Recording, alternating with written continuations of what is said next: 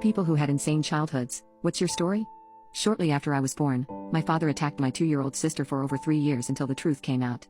My mother reported it to Child Protective Services. My father was kicked out, we moved, and contact was cut. Then we moved to Pennsylvania when I was 4. My mother married again to a man named Isaac when I was 5. He enlisted in the military, and so we went to live on the other side of the country, in Washington state. We lived in 3 separate places, the most memorable being a military housing base stationed a few dozen miles away from a stunning view of Mount Rainier. I helped raise my infant brother, alongside my older and younger sister. For the next 3 years I lived in neglect and abuse, with my parents on various substances. They would often sleep all day and act like addicts. Always on edge. Left alone, and when we tried to make our own meals, we were punished for doing it wrong. We were punished thoroughly and often for slight misdeeds.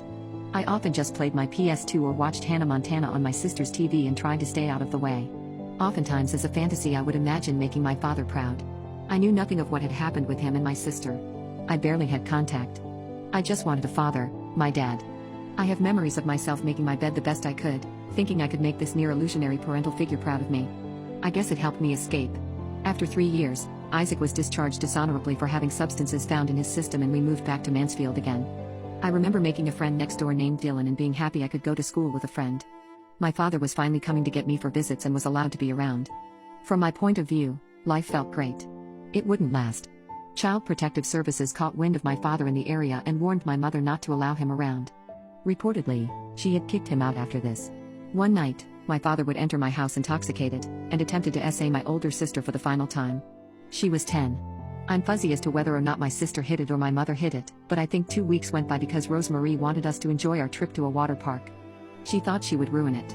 What followed would be an evacuation of me and my siblings around the county as my mother tried to keep us out of the state's custody long enough to transport Rosemarie to New York, with her biological father and grandmother. I remember hiding out at my grandparents' next door, and my uncle. In this place my grandfather, who was accused of attacking my mother many times when she was 13, thought it would be appropriate to start acclimating me to the idea that showering with him was appropriate. This may seem unrelated but will come up later. My father is at this time on the run from members of Latin Kings and police. He is probably realizing that his life is over. Reportedly, in the last phone call between my mother and him, he said, "I guess I should probably end myself." She replied coldly, "If I were you, I would." Those words have haunted her as a mother watching me grow without a father, but I don't blame her for that one. The night ended with us going into the state's custody. We spent a month in a foster home with 11 children total. I didn't exactly understand why at the time. But I do remember being told my father was dead. I was still in the dark about everything, so I was told he died of sadness. I think about that constantly, wondering if I could have changed something. Later, the state separated us into 2 foster homes. I was with my youngest sister, Rosemarie was with the baby. I was placed in a home where I felt alone. The foster parents treated me like dirt, making me eat boring foods while their kids were spoiled in front of me, or allowing her children to invade my room and steal my belongings. I remember being locked in my room and forced to write essays on infractions. I even watched my foster mother steal money out of my piggy bank. I was alone, looking after my sister in foster care with a dead father. I missed my mother every night like hell. I felt so alone, but I buried myself in books. I was terrified of the dark, so I read books in the light and fell asleep with them on. When my foster sibling would try to steal my stuff, I'd lean a box of Legos on my door as a trap. I do remember feeling bummed out or sad very often. I remember sleeping with a beaded necklace my mother gave to me on a visit, and when it broke, I sobbed for hours. I spent 16 months in that neglectful foster home, but I did get 1 month of recognition from a foster family who treated me with respect, care, and love. They even painted my room my favorite color. I loved that. My mother, fighting for visitation and rights, finally won back custody. That weekend, we went to stay with a friend of hers, named Sean. This friend turns into her boyfriend, then fiancé. Sean was something else. He would tell you that you did something you know you hadn't. He would put you into narcissistic no-win situations, where if you both lied and told the truth, you'd be punished severely.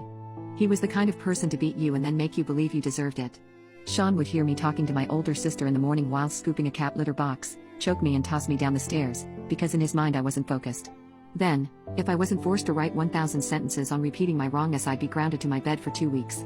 After, he would buy McDonald's or something similar as a cheap apology. I grew so sick of this that I would do anything to get out of the house. So I spent a lot of time hanging out with the friends I'd gained at school over those years. I'd also go to the public library to play Roblox and watch Minecraft when that stuff was just hitting the mainstream. My favorite place to escape to was my grandma's, though. I could play games and eat and felt cared for there. But it took a turn for the worst. My grandfather, having gotten me used to showering with him, would always ask me if I wanted him to wash me. He would also often touch himself way too much when washing, like he got something out of it.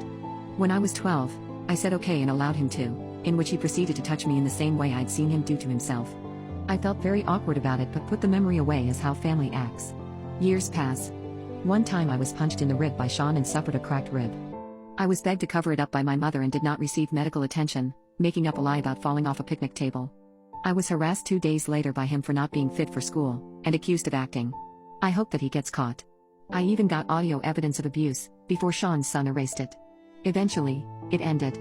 Sean punched Rosemarie and left a bruise, and there was enough evidence and prior calls in to open a case and for us to be put into foster care again.